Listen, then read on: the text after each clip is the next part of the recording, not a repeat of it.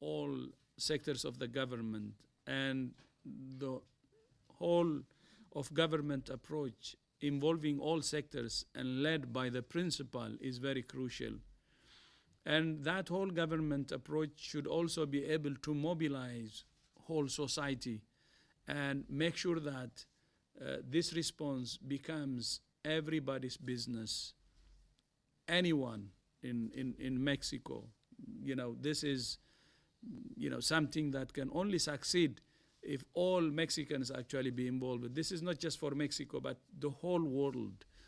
It's everybody's business, and that's what we're suggesting to the whole world, and it will be the same for Mexico. And we hope to see progress in the whole of government approach, whole of society approach, and making sure that this is everybody's business. That's how we can stop this virus. Thank you very much, Dr. Ryan. Would you like to add something?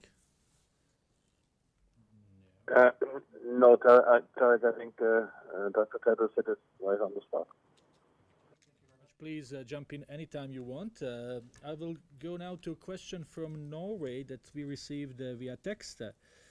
It's Henrietta Haynes, and I'm sorry if I don't pronounce well. The question is for Maria, and it says, Maria, would Maria be able to comment on the new aerosol study and various surface studies, or possibly provide a general update on what do you know today? That's from Henrietta Haynes from Norway, NTB, and The Journal. So Henrietta, thank you for that question. That highlights the evidence-based nature of our organization and what we are trying to do in terms of making guidance for all countries. And we try to pull together all available evidence on different topics. This one that you've mentioned about the role of virus persistence on surfaces and the potential for the virus to remain in the air. So we are aware of several studies that have been published, that are in the process of being published, and that are currently underway in labs in a number of countries that have looked at different environmental conditions in which the virus could persist, looking at maybe different humidity or different temperature, UV light, and that have looked at different surfaces such as steel, hard surfaces, and looking at the new virus, the new COVID-19 virus, as it compares to other coronaviruses like SARS or like MERS or the common cold coronaviruses that are circulating. And there is a recent study that came out that looked at the role of aerosol generating procedures. How would those viruses, as you know, this is a virus that is transmitted through droplets. And so these are little pieces of liquid that come out of people's noses and mouths if they cough or they sneeze and they talk. And what we know about droplet transmission is that when they come out of an infected person, an individual, is they go a certain distance, but then they settle. And so that's why we have the distance of the 1 to 2 meters apart from individuals. But when you do an aerosol generating procedure, like in a medical care facility, you have the possibility to what we call aerosolize these particles, which means they can stay in the air a little bit longer. And in that situation, in healthcare facilities, it's very important that healthcare workers take additional precautions when they're working on patients and doing those procedures. But for the everyday person, it's the talking and the sneezing and the coughing, which is why we want the respiratory etiquette. So I think I'm speaking too long, but these studies are looking at how long these viruses can persist in the air. And the one study that came out looked at the aerosol generating procedure and said that when you do those, that these particles can stay in the air longer than they would if you were just normally talking to someone. So we use this information to make sure that our guidance is appropriate.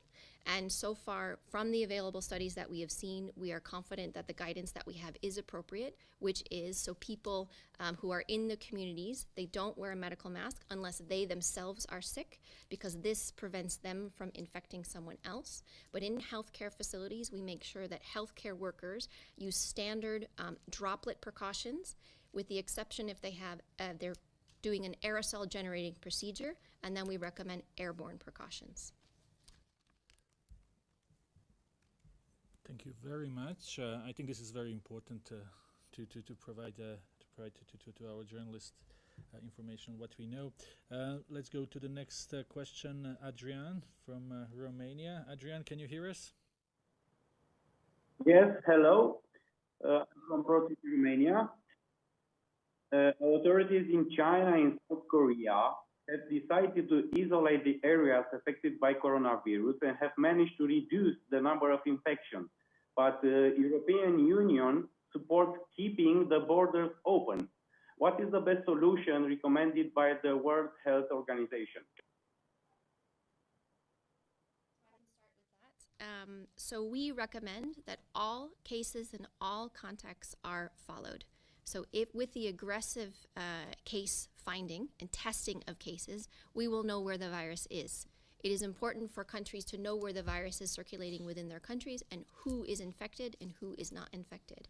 By finding all cases and isolating them, providing adequate care for them, by following all of their contacts and making and testing those contacts to ensure that we find any possibility of onward human-to-human transmission. By doing so, you can effectively stop transmission between people. In addition to that, rapid testing, immediate isolation of individuals so that you're taking them away from other individuals that they can infect. This is the most effective way that we can limit human-to-human transmission. In addition, as what the DG said, is high levels of political support, making sure that there's an all-of-government approach. It's not just the health sector. It's involving all different sectors of the government to repurpose themselves to fight this virus. It's ensuring that every single person in the country, in China, in Korea, in every single country knows what their role is. How can I protect myself? How can I protect my family? What role do I have to play in actually preventing onward transmission? And some of this does involve self-isolation. Some of this does involve making some sacrifices that you don't participate in social engagement. And we've said this before. This is going to be difficult for a while, but this will be temporary. And it's important that we all play a role in this. Yeah, no, thank you. I have spoken to many ministers from Europe especially, and of course other regions. And one of the areas we have discussed is about testing. And our recommendation from WHO was very, very clear that all countries should be able to test all suspected cases. They cannot fight these pandemics blindfolded. They should know where the cases are and everything about the cases, and that's how they can take decisions. Actually, if they know the cases, then they move into following up with contacts and also isolating the cases, and the contacts would be positive. And not only that, specific to taking care of the specific cases or the positive cases or the contacts, but that can help them also on how they can design their strategy to fight the pandemics. So that was my message to many of the ministers I have spoken to invest in testing, and that was my speech also today. And going forward, our recommendation is that they have to be able to test all suspected cases and then do everything that should be done starting from the testing or the cases they identify. And in addition to that, we have also discussed about the containment strategy. Of course, we said last week that the situation is already a pandemic proportion, but at the same time, we have said that the containment strategy still holds as the best strategy. And this is because of what we have seen in countries who have made progress. This is in China, South Korea, Singapore. It's the containment strategy that's showing a result, and which we hope can also help other countries to make progress. So we advise countries to stick to testing, and from there, of course, all the steps that they need to do. And we advise countries to stick to containment strategy because we believe that this epidemics, this pandemics, or this virus is controllable. And the result or the outcome is in our hands. Thank you very much. Let's go to Tehran. Tarek, this is Mike. Can I just add something? Yeah, no, just and obviously, Dr. Tedros has spoken to those high-level contacts and the importance of them. We've consistently said that travel measures, particularly draconian travel measures, are only part of a comprehensive strategy. And countries who rely on travel measures as a way of blocking the virus are just not going to succeed. Rational measures based on risk assessment that restrict travel, particularly for sick individuals or exit screening, and various measures that can reduce the spread of disease are appropriate in the context of a comprehensive strategy. Many countries have implemented lockdowns and other measures. These are an attempt to try and slow down the spread of the virus. But within the zones that are locked down, that has no impact. And we go back to the same public health measures of trying to suppress infection within a zone. So what can deal with infection within a given zone and then what can slow down infection spreading between zones are different types of measures. But relying purely on static travel measures as a means of protecting populations is not enough. It may be useful in certain circumstances, it may have an impact, but it will not have any impact without the implementation of comprehensive approaches. And just one clarification, when we speak about testing all suspect cases, that's extremely important. And when we have identified their contacts, we also need to test any contacts who are symptomatic. Just to be clear, that we're not advising that every contact of every case can or should be tested. We really need to focus on ensuring that when we identify cases that we exhaustively follow the contacts, and if any contacts are showing any symptoms of disease, they should be immediately tested as well. Thank you. Thank you very much, Dr. Ryan. Dr. Ryan is in Ireland calling us from there. Let's go to Tehran. Tehran Times International Daily. Mariam, can you hear us? Yeah, can you hear me? Yeah, my question, I have two questions. Some believe that the number of new cases and deaths reported every day by countries are not real, as some countries might be underreporting intentionally, or some might not test all the patients, especially those with mild symptoms. So is it possible that the number of cases is much higher, therefore the death rate is lower? And I would also like to know if WHO has assessed effectiveness of traditional medicine on treating or relieving the symptoms of COVID-19. Mariam, we agree that we will have one question per person. There are lots of questions. I have to apologize right now to journalists that not everyone will be able to ask the question. Maybe Magia, you want to start? And maybe Dr. Tedros and Mike will want to supplement. Yes, there's no doubt that we are missing cases. I think we need to be realistic about this. The reason that we are so aggressive in our statements about finding all cases and testing cases is because we need to know where this virus is. But it is possible that we are missing cases that are on the more mild end of the spectrum. That's normal in an outbreak. It's normal for a respiratory disease, especially because certainly in the beginning of outbreaks, you're focusing on people who seek care. And so that's where people will show up, and they have a higher likelihood of actually being tested for COVID-19 or for any emerging pathogen. So it is certainly possible, and it's highly likely that we're missing cases.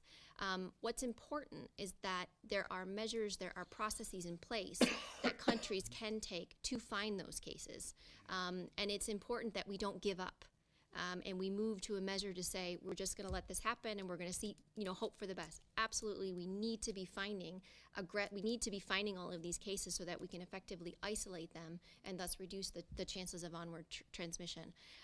But ways in which countries are trying to improve that ability to test is increasing their lab capacity. So not only making sure that they have additional kits and tests in their countries, but making sure that they're increasing the number of labs that can test in individual countries, whether it's at the national level or the subnational level or the use of private labs. It's making sure that we have more testing capacity in addition to testing kits. The other question was it relates to traditional medicine. Indeed, there are a number of clinical trials that are currently underway. In fact, it's more than 200 clinical trials, and maybe even more than 300 at the last count. And some of those clinical trials are indeed looking at traditional medicine as it will relieve, if it can relieve symptoms of COVID-19 infection. Thank you very much. We will go to our next question, and please let's stick to one. Andy Kopsa, can you hear us? Andy was trying to place his Yes. question. Andy, please go ahead. Yes, hi, can you hear me? Go ahead. Okay, great, thank you. My question is actually about contact tracing, and it's about I'm going back to mid-February, and the Westerdam cruise ship that docked and disembarked people in Cambodia. There's conflicting reports here in the U.S. for people that were returning from that ship that there was an actual false positive, and that all of those ship passengers were tested. Can anybody confirm this? We're not getting any answers about whether or not that one person that tested positive was in fact a false positive. Thank you.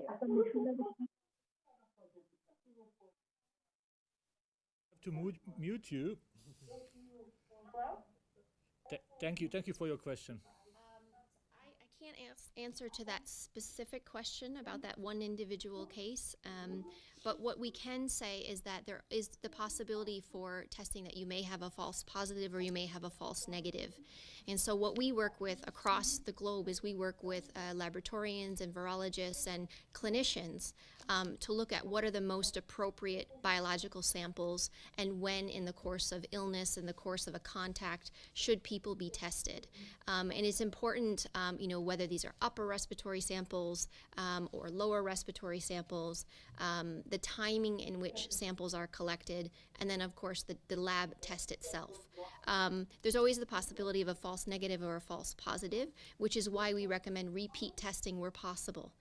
We know that that's difficult to do because there is a shortage of tests in some countries, but especially for people with epidemiologic links to confirmed cases, it's important that if you have a high suspicion that they are a case. I really apologize. We have an issue here. Can you please? We are not able to mute you, Andy. Can you mute yourself, please?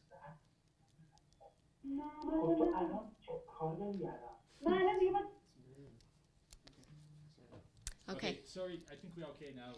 Just to say that if you have a strong suspicion amongst a contact who has an epidemiologic link, which means they've had direct contact with a confirmed case, that you do a repeat sample. And so that you have increase your chances of truly detecting if that person is a case or not.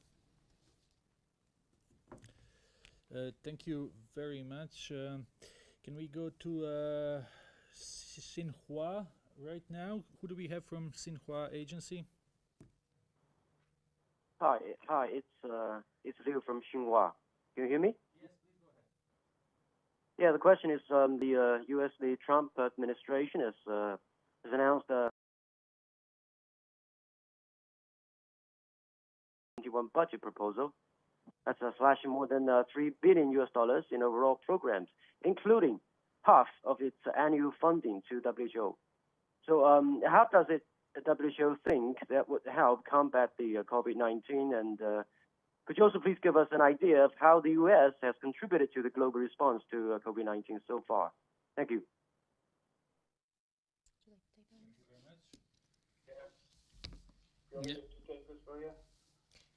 Yes. or Dr. Tedros. But he wants to take Mike, yeah. You want me to take a mic?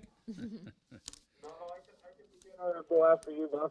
Yeah, no, thank you. I think the support we're getting for COVID-19, the response is really encouraging. At the initial stage, we were a bit worried, but now we're getting almost close to the funding we asked for, and we expect more support. And the announcement from U.S. Is really significant, and we will expect actually more countries to contribute. But we're almost close to the funding we asked based on the SPRP. Of course, the initial focus was on governments, and we appreciate all governments who have contributed. Now we have already moved to asking contribution from the private sector and all citizens. And as I said in my speech, more than 19 million has been secured actually in a couple of days from the private sector and the global citizens at large.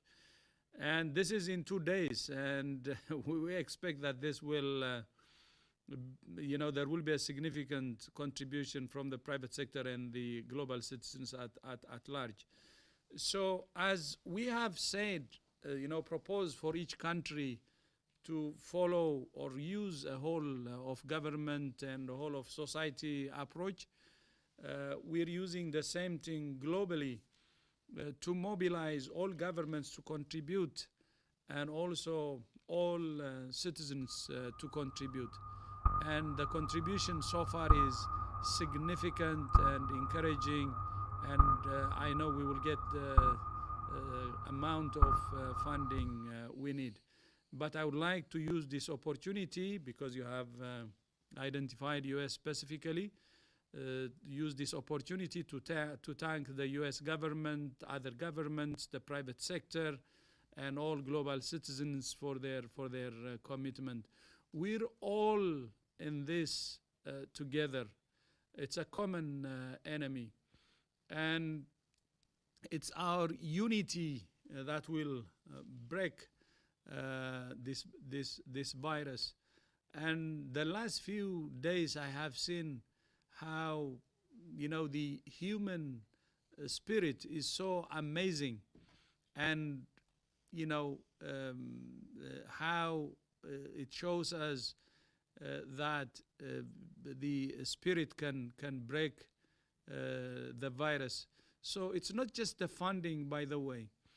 It's the human spirit, which we see, the human spirit that's fighting this virus, which is coming more and more or stronger, that can help us to fight it. When there is unity and solidarity of spirit, and then the resources and other things can come. So I'm really encouraged, especially the last 1 week or so, with the solid level of solidarity that I see. Yeah. Please, Harry. Yes, please go ahead, Mike.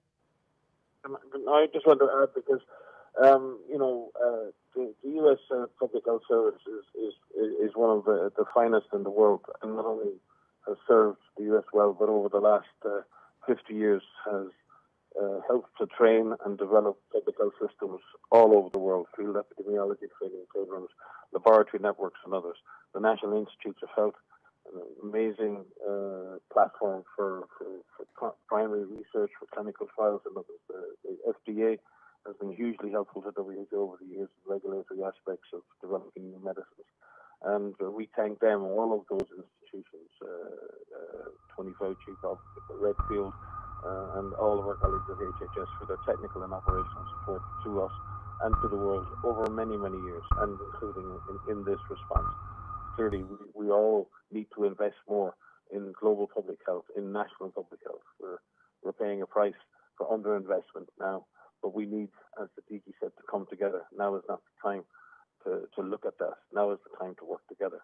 But we are going to, in future, have to look at how we are investing in public health systems around the world and whether we're actually investing enough. Thank you.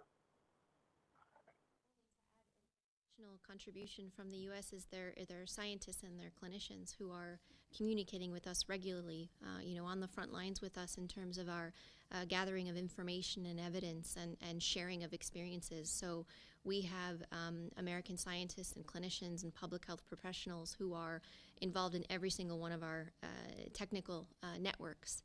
And so we're very grateful for them, as well as clinicians and public health professionals and scientists from all over the world who are sharing their experiences with us as we learn more about this virus and as that evidence is fed back into our response. Thank you very much. We are receiving really huge volume of questions, so we'll try to go a little bit to those technical one maybe, because I think this is important. Lara Pinheiro is asking, do we know anything more about children and COVID-19? This is a good question. We have a lot of questions about children. What we know from the evidence to date is that children are susceptible to infection and that children can be infected with this virus. They seem to be infected in terms of symptomatic infection, in terms of detection through reporting systems at a lower rate than adults, and which is different to what we would see with influenza. And from the evidence that we are seeing, we're not seeing transmission in settings like schools, where we would worry about amplification of transmission. In many countries, schools have closed, and so that is an important thing to take into consideration. We do know that children tend to have more mild infection, have more mild disease, but we have seen children die from this infection. So we can't say universally that it's mild in children. So it is important that we protect children as a vulnerable population. What we don't know right now, and because we don't have serologic tests yet and we don't have the results of these population-based serosurveys, is we don't know the extent of a subclinical or asymptomatic infection in children. And so we're waiting for the results of those, which will help us really understand what role children are playing in this. So just to summarize, we know that children can be infected. We know that they tend to have mild disease, but they can die from this infection, so it's important that we protect them. Another technical one, maybe if we might, Stéphane here from Switzerland, from Le Temps.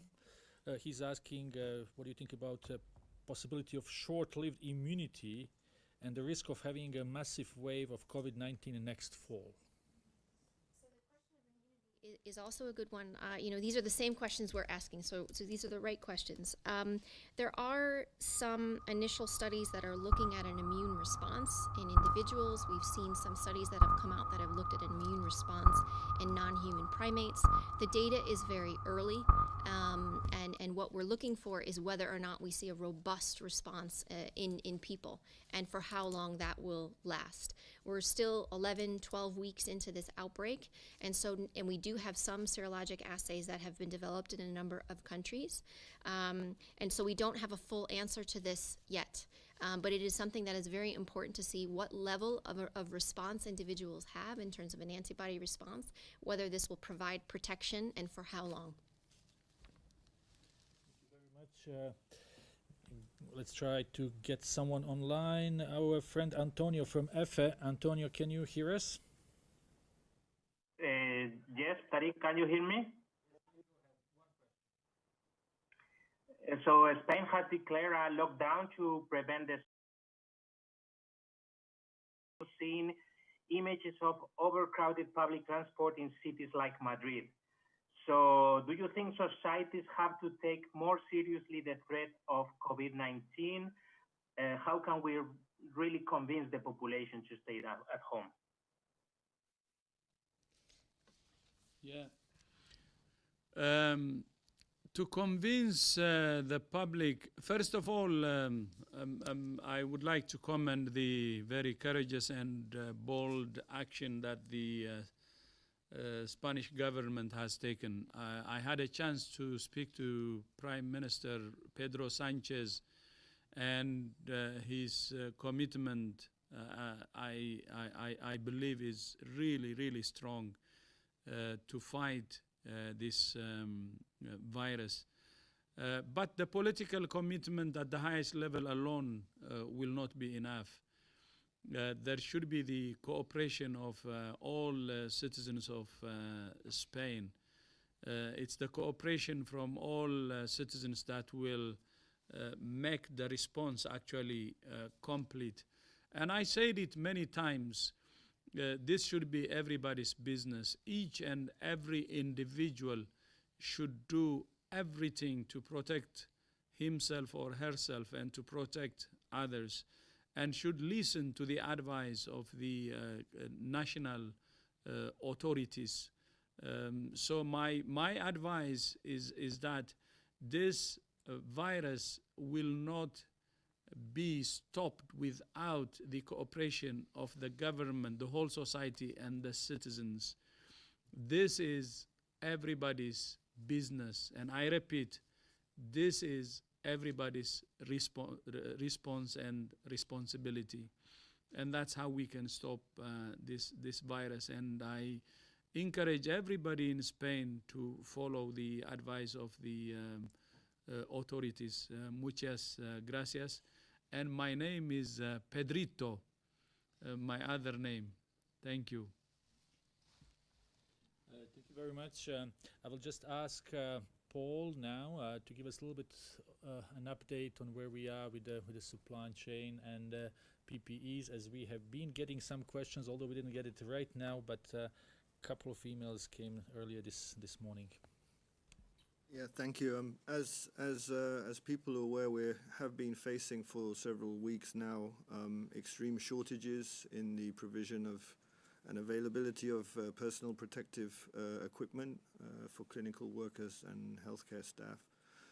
Also with the demand for greater testing, greater availability of testing, this also puts under pressure the market to supply these tests.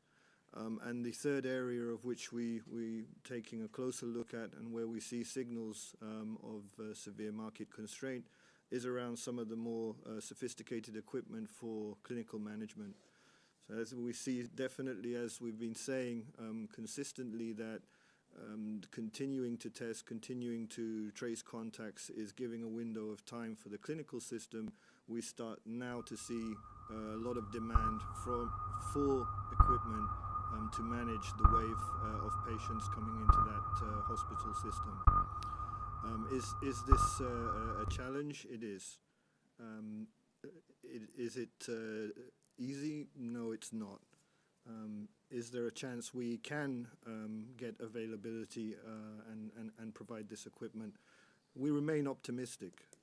Certainly what we've seen now is a lot of contact being made from Dr. Tedros to highest levels of government and to CEOs. We're certainly looking at a large degree of goodwill from companies and from governments coming forward to unblock the situation. It will, however, take a change in mindset. It's certainly not business as usual. It's very unusual. And if you imagine 1,000 hands with tangled string, it doesn't work to untangle it by competition. It doesn't work to untangle it by oneself. It really needs to take a step back and work together. I think certainly what we've seen over the last 3 or 4 days is the goodwill to untangle it is there. We are making efforts to increase availability in all 3 critical product lines. In lab, we are looking at testing and validating different samples for new reagents from new suppliers to independently validate those. When we have those validated and quality assured, we will move forward and expand the availability of those test kits. So we continue to move forward in that spirit. And thank you. Thank you, Paul. There was a question from Jason Beaubien from NPR, and he was asking something along those lines. How can we expect countries to test, especially those with the weaker health systems, if even some countries with a more developed system cannot do that? Again, it's increasing the number of sources. If one imagines the work that's been done up to this time has been quite impressive. It's a new virus with a new genetic, a new genome that then needs to be shared, it needs to be analyzed, it needs to be researched. So the fact that we've managed to get the testing availability that we do have in a number of countries is testament to that will. Now that's a beginning. We have to now seriously scale it up. It needs to become industrialized to a degree. Again, with respecting quality assurance, quality standards, and making sure we are providing the right test for what we need to do.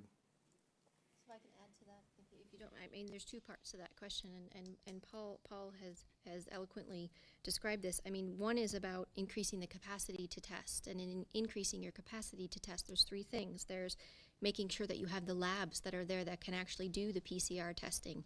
And as we've said in the past, we are building on existing systems in many countries, and these are building on influenza systems, the national influenza centers that exist in many countries across the globe, making sure that at least one, if not more, labs can do PCR testing for COVID-19.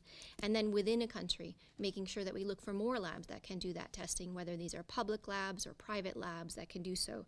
The second is the availability of test kits.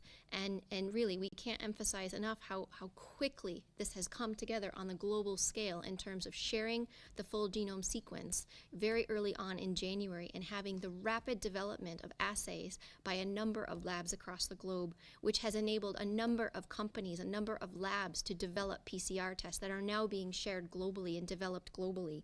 And the third is increasing the people who can actually run those tests in those labs.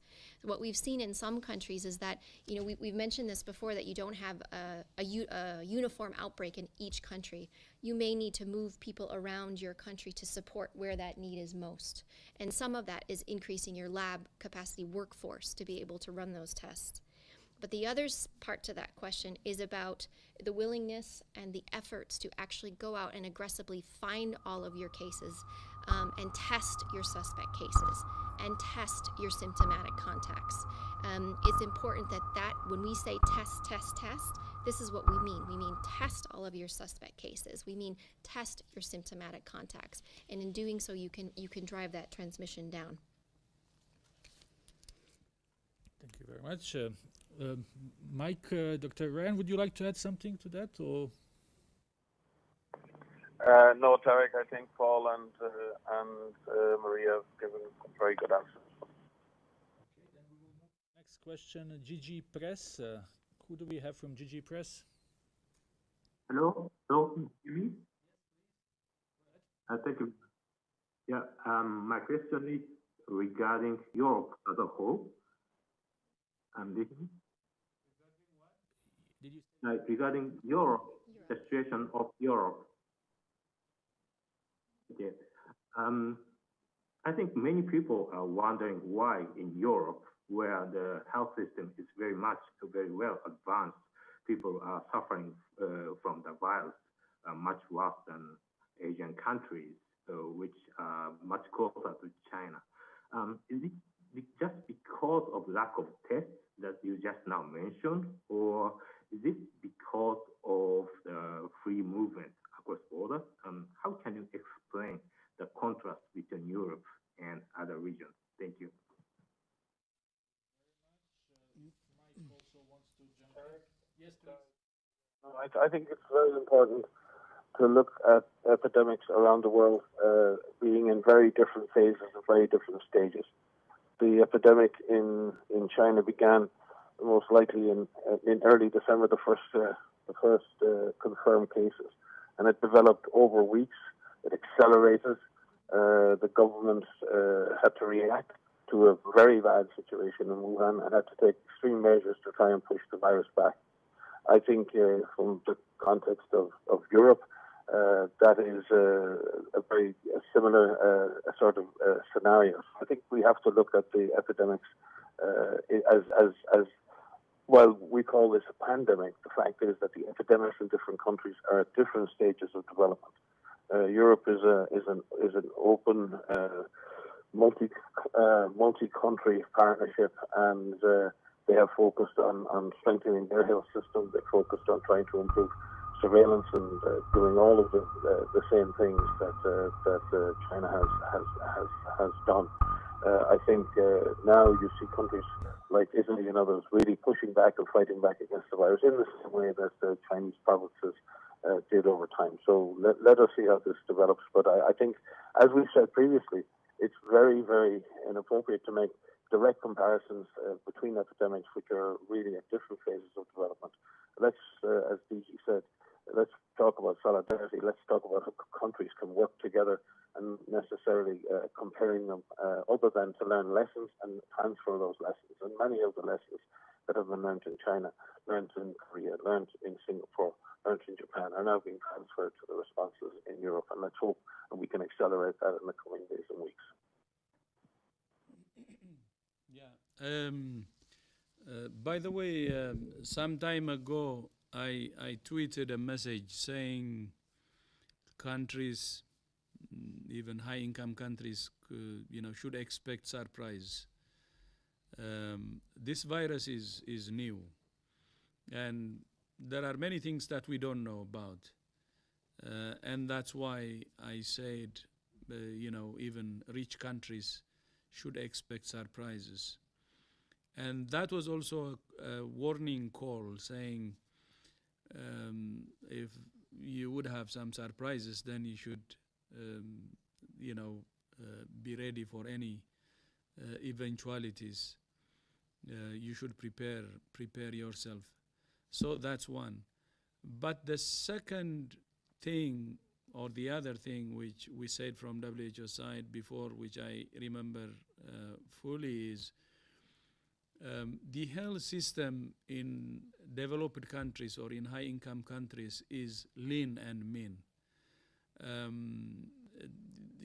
They have been investing in efficiency for many years, and it runs at more than 95% of efficiency.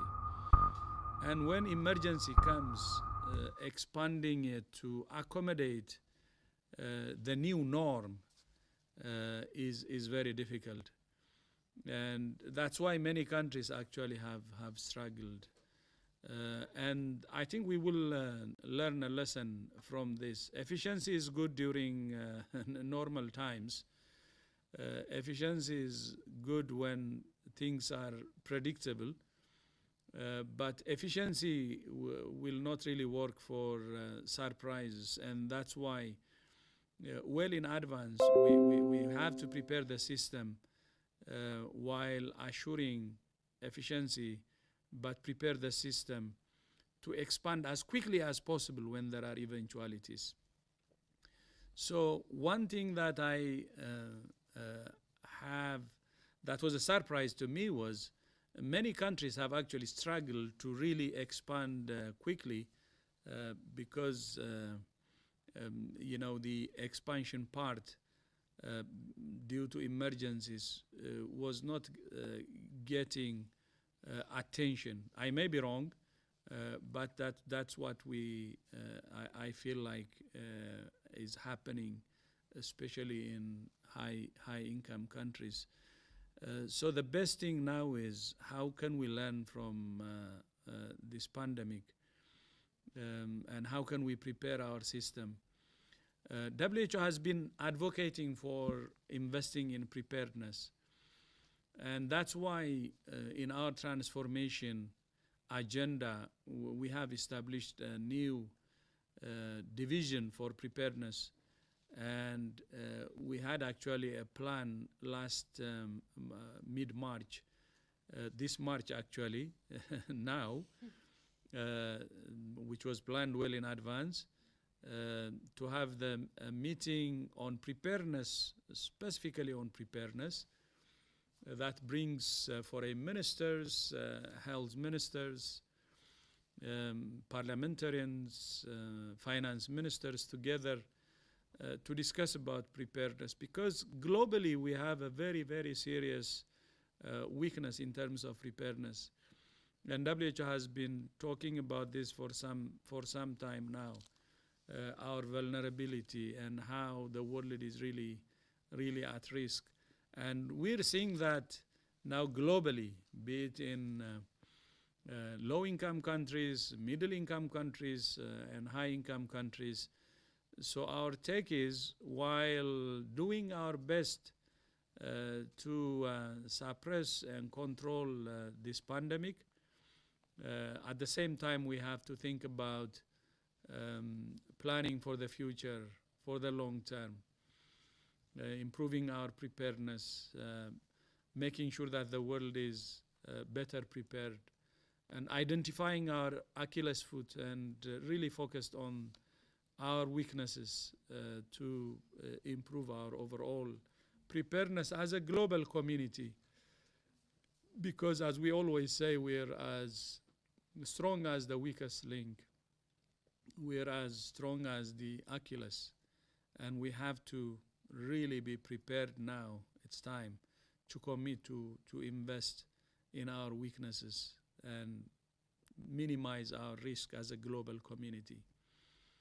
No country can develop its or strengthen its system and protect itself from outbreaks, epidemics, or pandemics. The world is more intertwined more than ever before. Globalization cannot be reversed. It's a globalized world.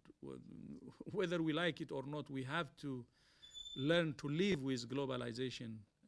The rule of the game now is how to live with globalization and make sure that we act in unison to build the global preparedness and the global resistance. Thank you. Thank you very much, Dr. Tedros. And maybe one more last question from Kigali, from Rwanda. Christophe, can you hear us? Yes, I can hear you. Thank you very much. Let me come on PPE. People are very, very scared of the disease, and it had created panic. And they're doing everything that's just to protect themselves. They are now wearing gloves. The gloves are not in recommended safety kits. What do you can you say about the role of gloves or impact of it in preventing the spread of the disease? Thank you. Let me start with that. So first, let me just acknowledge the point that you've made, that people are scared. I think it's really important that we do recognize that this is scary, that people are scared, and that's normal.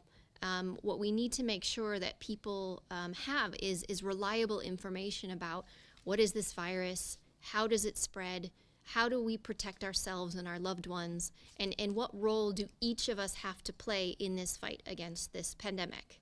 And I think that that's really, really important. Know where you can get reliable information. You can always come to WHO, our website, and these press conferences, and your leaders, and national guidance on that. So it's important that you get accurate information. There's a lot of false information that's out there, and we've been working very hard to ensure that we try to correct any false statements that are out there and any myths that particularly that can harm people.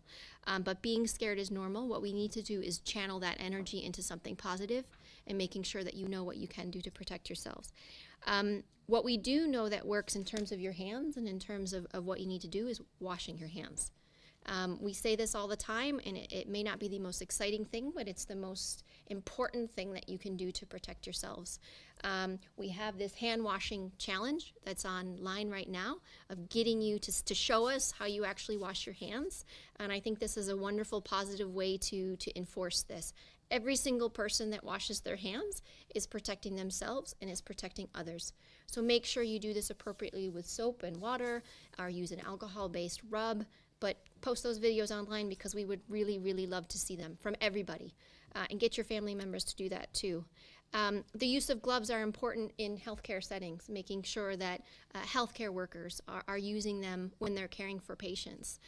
We have guidance around the use of personal protective equipment for healthcare providers in healthcare settings or in home care. Really wash your hands as much as you possibly can. and please send us those videos. And that is hashtag Safe Hands. So hashtag Safe Hands to see the video. Dr. Ryan, would you like to add something before we close? No, try just to emphasize Maria's point. We must prioritize protective equipment for frontline health workers who are going to be taking care of our sick.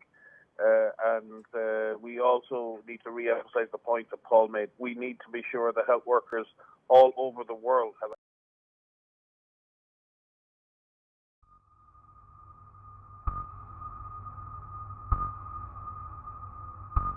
very hard for that. Yes, we need to support our communities and teach and communicate with people how to avoid infection. But protective equipment is not necessary to protect yourself or necessarily to protect others. But we do need to protect our frontline health workers. They're the ones that are taking the highest risks and the ones we need to take care of our loved ones should they fall sick. Over. And with regard to PPE, as you know, there is a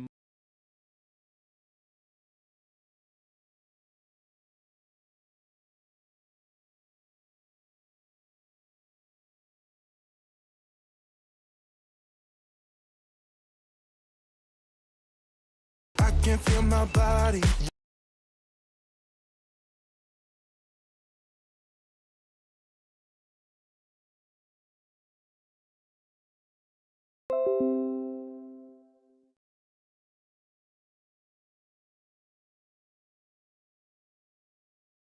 The opening remarks of Dr. Tedros have been already posted. If you go to our website and you go to a page of Director General, under speeches, you will find it there. But we will send it in any case with the audio file very soon, and hopefully transcript will be available tomorrow, and hope to see you again on Wednesday. Have a nice evening, everyone. Thank you, Tariq. Okay, so see you soon.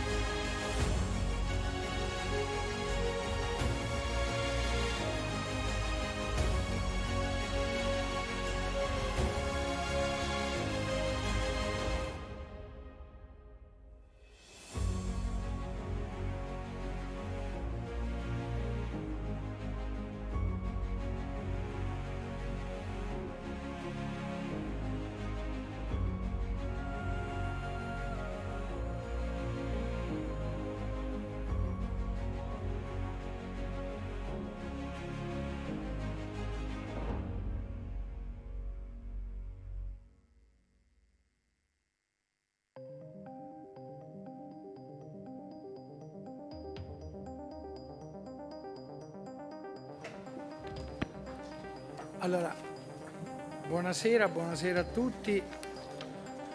Ringrazio il professor Franco Locatelli, che è il presidente del Consiglio Superiore della Sanità, che oggi mi accompagna in questa conferenza stampa di lettura e di comunicazione del bollettino di oggi. Partiamo dal numero dei guariti. Oggi registriamo 414 guariti, quindi un numero più elevato di guariti di ieri, e porta il totale a 2.749. Il numero dei nuovi casi positivi è di 2.470, è un numero a ribasso, anche se non sono pervenuti i dati di Puglia e della provincia autonoma di Trento. Ma il trend, come avete visto anche dalle comunicazioni della Regione Lombardia, è un trend in ribasso, registriamo questo dato. Il totale attuale dei positivi quindi è pari a 23.073, di questi 10.197 sono in isolamento domiciliare senza sintomi o con sintomi lievi, 1.851 in terapia intensiva, quindi sono sempre il 10% dei contagiati positivi, e registriamo purtroppo anche oggi 349 deceduti. Ad oggi, nella giornata di oggi, sono stati disposti trasferimenti attraverso la CROSS di 7 pazienti in più rispetto ad ieri, quindi il totale dei pazienti trasferiti con la CROSS sono 47. Va segnalato anche, va ringraziata l'ONG degli evangelici americani Samaritan's Purse, che hanno donato al nostro Paese, e Protezione Civile, in accordo con la Regione Lombardia, hanno deciso di installarla a Cremona, una struttura ospedaliera mobile composta di 60 letti di degenza e 8 attrezzati per la terapia intensiva.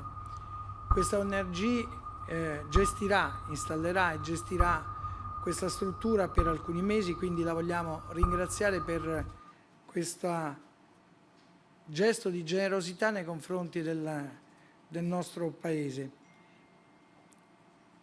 Per quanto riguarda le forze in campo, vi voglio comunicare che cresce, e voglio ringraziare anche loro in misura cospicua, quasi giorno per giorno, il numero dei nostri volontari, delle nostre volontarie impiegate nelle attività di gestione dell'emergenza. Siamo a oltre 4.000 volontari, 700 in più rispetto a ieri, che si aggiungono ai sanitari, che voglio ringraziare insieme con le forze dell'ordine, le forze armate e tutti coloro i quali sono impiegati per fronteggiare l'emergenza.